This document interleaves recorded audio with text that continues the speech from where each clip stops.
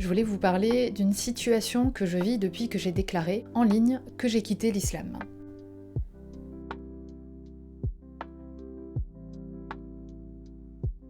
Salut à toi, j'espère que tu vas bien. Comme tu l'auras compris dans le titre, aujourd'hui on va parler du racisme, du délit de faciès que je subis juste parce que j'ai une tête de maghrébine, voilà, je suis constamment ramenée à mes origines. Alors c'est pas une vidéo contre cette communauté, je ne pensais pas du tout vivre ça un jour dans toute ma vie.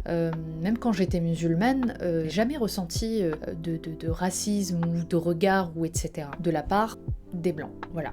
C'est après, quand j'ai apostasié, ou par exemple sur X, j'ai bien mis ex-musulmane, on m'envoie des messages, ou en commentaire, tu ne seras jamais accepté par les blancs, tu seras toujours une bougnoule, tu es une arabe de service, etc. etc. En fait, ils ne se disent pas qu'on a cherché dans l'islam, on a étudié les textes, etc.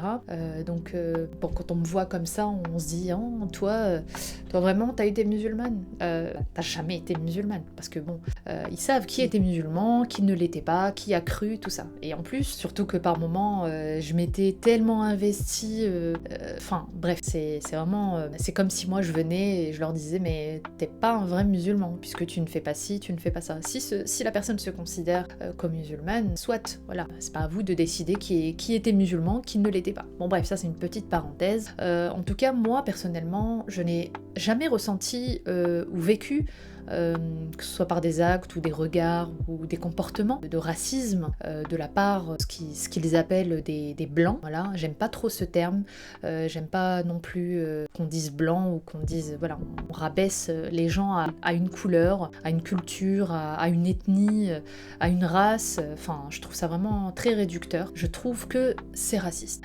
Donc je n'ai jamais subi de racisme de la part de ces personnes à qui on accuse parfois à tort qui sont racistes juste parce qu'ils osent parler de l'islam en négatif, c'est-à-dire exposer des textes dérangeants ou alors que certains musulmans n'admettent pas. Et quand je fais ça, quand c'est moi par exemple, donc une maghrébine, expose ce genre de texte, eh bien on me considère comme une vendue. J'ai vendu ma famille, etc. Ça va très très loin. Et je trouve ça vraiment d'office, déjà rien que ça, c'est raciste, ce genre de propos.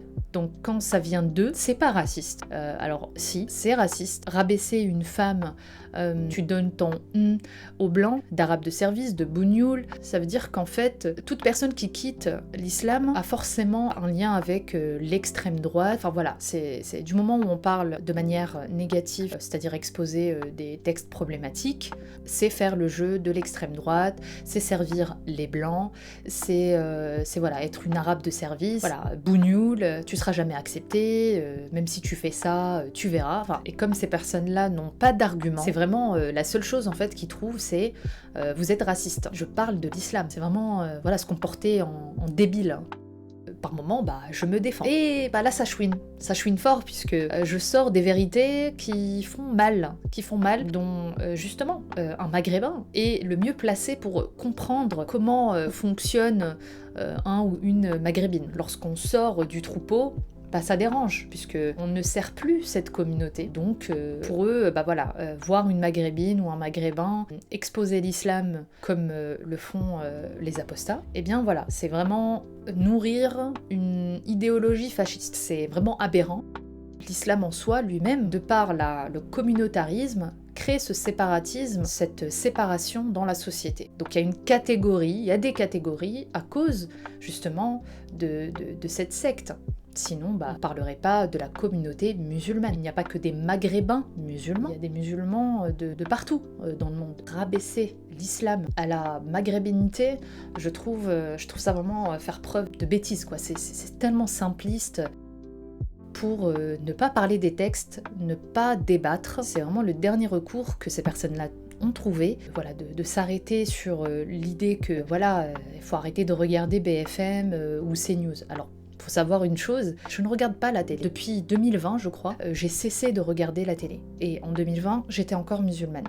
J'ai apostasié début 2024 et à cette période-là, je ne regardais pas la télé. Donc cet argument de dire « tu fais ça pour les blancs », tu sers la cause des fachos, le fait de vouloir fuir les débats, tout ramener en fait à la politique. Les seules personnes qui font preuve de racisme, c'est les gens de cette communauté, en tout cas pour ma part. Et je reçois aussi des témoignages sur Instagram par exemple. D'ailleurs, n'hésitez pas à me suivre sur Instagram. J'ai commencé à être un peu plus active là-bas, donc n'hésitez pas à me suivre. Donc si vous avez un témoignage à faire, n'hésitez pas à me l'envoyer, je serai ravie de vous lire. Donc je disais, la plupart des personnes qui m'envoient des messages, qui me remercient, voilà, d'en parler, ont aussi eu affaire à ce genre de racisme, de ramener toujours à la maghrébinité, aux origines, c'est-à-dire à la race, à la famille, voilà. Donc c'est toujours les mêmes arguments, claqués au sol, comme j'aime dire. En tout cas voilà, je voulais vous parler de ça, c'est vraiment un gros problème dont j'aimerais un jour que les gens prennent conscience. Le racisme peut venir aussi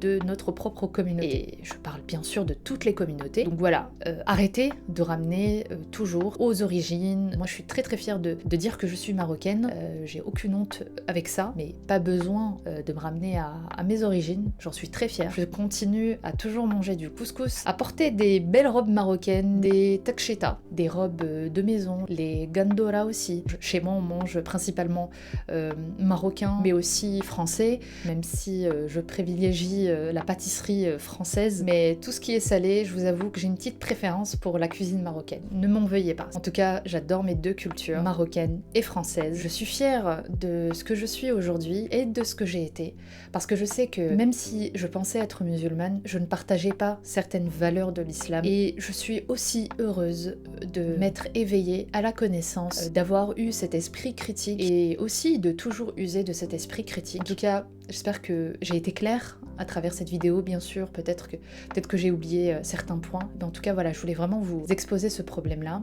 Avant de vous quitter, je voulais vous parler d'un livre indispensable pour ceux qui viennent de quitter l'islam. Le livre de Majidou Kasha, ex-musulman, le guide de survie, qui donne des conseils concrets pour se protéger, éviter les dangers et avancer sereinement après cette décision. En 2025, avoir ce genre de livre est aberrant.